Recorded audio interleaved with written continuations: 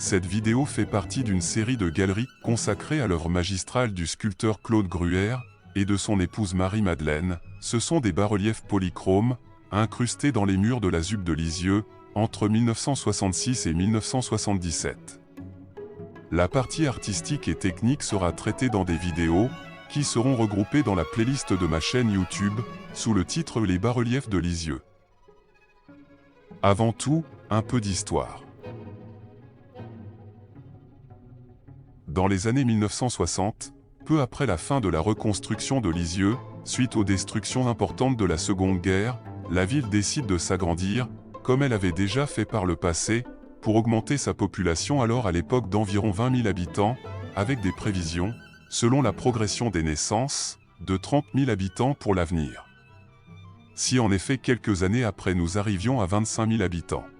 Aujourd'hui, en 2019, nous plafonnons, comme avant, péniblement toujours à 20 000 environ. Pour arriver à ces fins, Lisieux, ville vorace, fait donc dissoudre sans vergogne la jolie commune voisine de Saint-Jacques, ce qui l'autorise à passer ainsi officiellement le 30 janvier 1960, de 235 à 1212 hectares, lui permettant alors de développer ses projets d'urbanisation.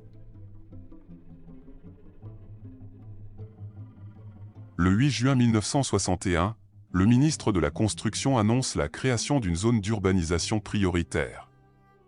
Georges Duval, architecte en chef des bâtiments civils, natif de Lisieux, est chargé de réaliser l'extension de Lisieux, un projet de construire 4000 logements, principalement de tours. Commencés en 1963, les travaux dureront pendant 20 ans. D'autres extensions suivront. En 1965, cette ZUP prend le nom d'Hauteville, et peu à peu un tiers des habitants de Lisieux habitent cette nouvelle zone urbaine, plus aérée, mais exposée au vent dominant. En bas, enfermée dans la vallée de la Touques, la vieille ville économique et très bourgeoise continue sa vie. Aujourd'hui, en 2019, après beaucoup de travaux importants de réhabilitation ces dernières années où tout a beaucoup vieilli, l'ANRU, Agence nationale de la rénovation urbaine, met en place un important projet de restructuration, des effacements, destructions, de plusieurs tours sont prévus.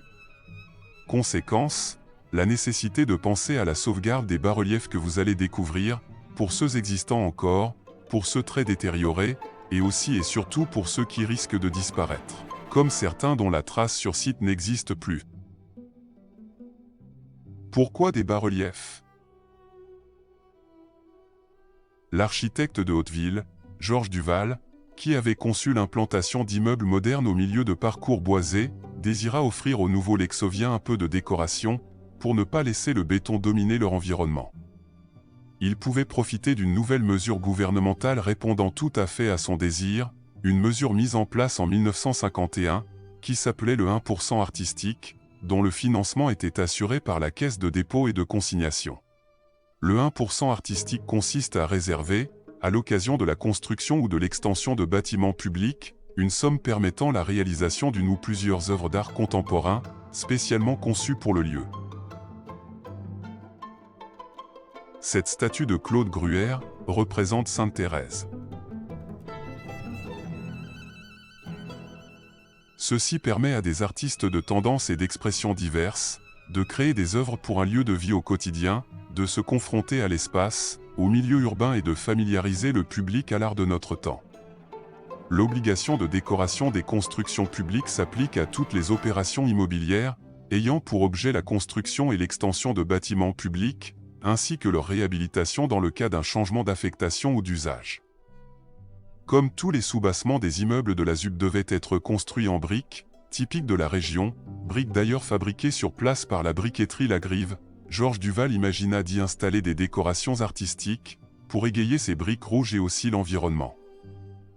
Un appel fut lancé auprès d'artistes contemporains, et c'est le projet soumis par Claude Gruère, un sculpteur de Solesmes dans la Sarthe, qui sera retenu. Projet soumis par le sculpteur Claude Gruère. Pour répondre au souhait exprimé par Georges Duval, Claude Gruère s'explique en février 1965, dans une présentation où il donne les détails de son idée créatrice et sa philosophie pour donner une cohérence culturelle à cette ville nouvelle du plateau Saint-Jacques. Je ne peux faire mieux que reproduire ici son texte, qui éclaire parfaitement l'ambiance souhaitée, et permet de décoder tous les thèmes qui seront implantés au fil des années, le long du cheminement piéton et aux points d'attraction principaux de la ZUP, entrée principale ouest de ce cheminement, centre commercial, église, tour et groupe scolaire. Au long de cette promenade, la sculpture doit d'abord jouer son rôle d'élément décoratif, et ajouter par l'harmonie de ses formes et de ses couleurs, à l'agrément de l'architecture et des jardins. On pouvait envisager sa réalisation en éléments non figuratifs. Mais en songeant au public, à ce parterre dont Molière faisait si grand cas, et dont il appréciait tant le jugement, pensant également aux imagiers du Moyen-Âge, qui ne se contentaient pas d'embellir, de décorer, mais en outre racontaient des histoires plaisantes ou terrifiantes qui passionnaient le peuple, on peut concevoir de s'adresser à l'intelligence du spectateur en même temps qu'à sa sensibilité. Quel thème, quel sujet est-il donc susceptible de retenir l'attention du public, de l'intéresser, voire de nourrir son esprit? Les chroniques abstraites et brèves du temps, écrit Shakespeare parlant du théâtre, il semble bien que ce théâtre, qui tend un miroir à la vie, peut être le meilleur sujet d'entretien avec les habitants du plateau Saint-Jacques.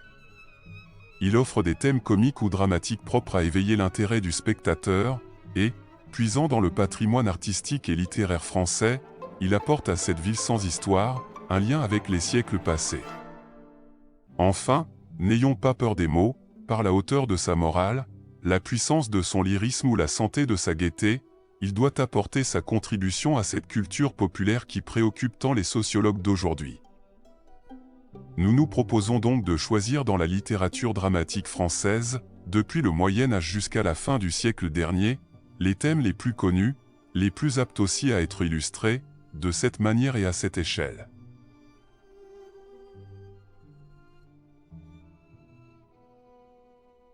Ce texte continue dans une liste, où Claude Gruère indique une suite de sujets liés au théâtre en ajoutant ceux liés au spectacle, la musique, la danse, etc.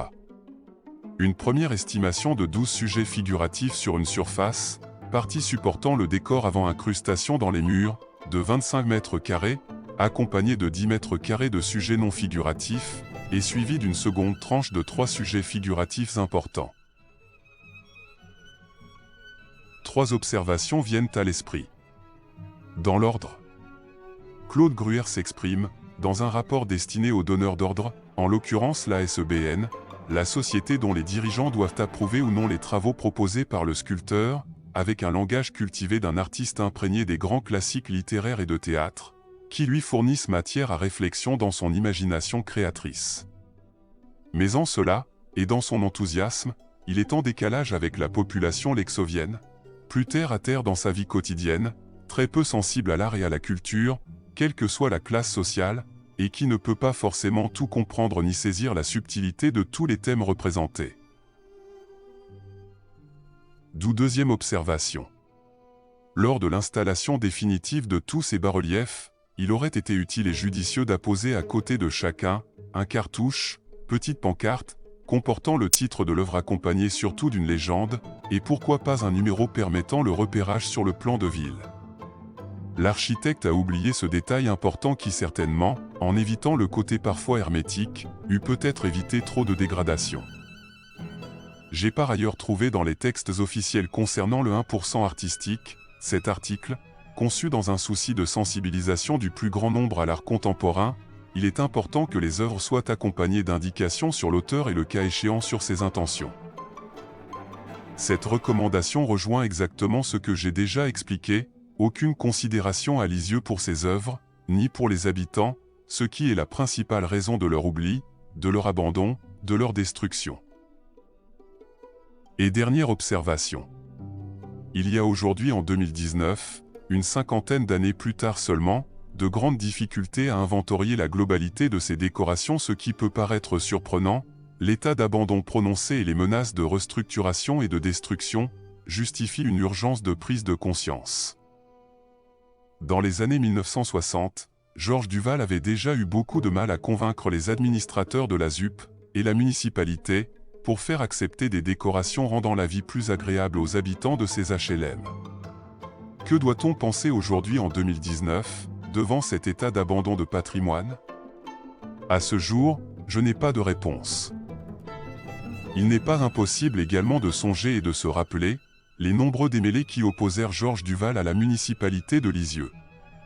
Ces différends expliqueraient la mise à l'écart de ces bas-reliefs, et à son insu, c'est Claude Gruère qui en fit les frais dans ses œuvres. Inacceptable.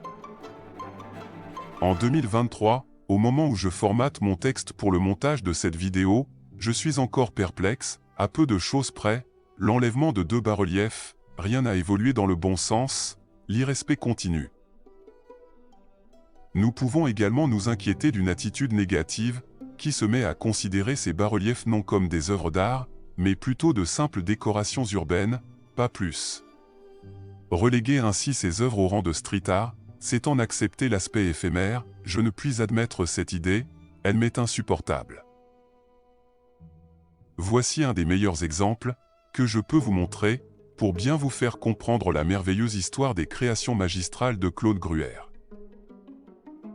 Imaginez un promeneur, vous peut-être, étonné de voir ce décor insolite dans un des pires endroits actuels de Lisieux.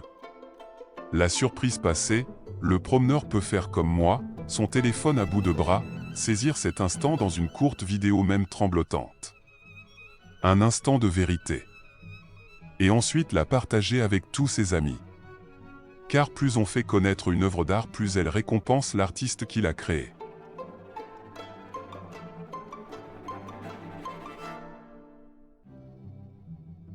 Cette vidéo est extraite de mon étude et de mes recherches dont l'original a été publié en juin 2019.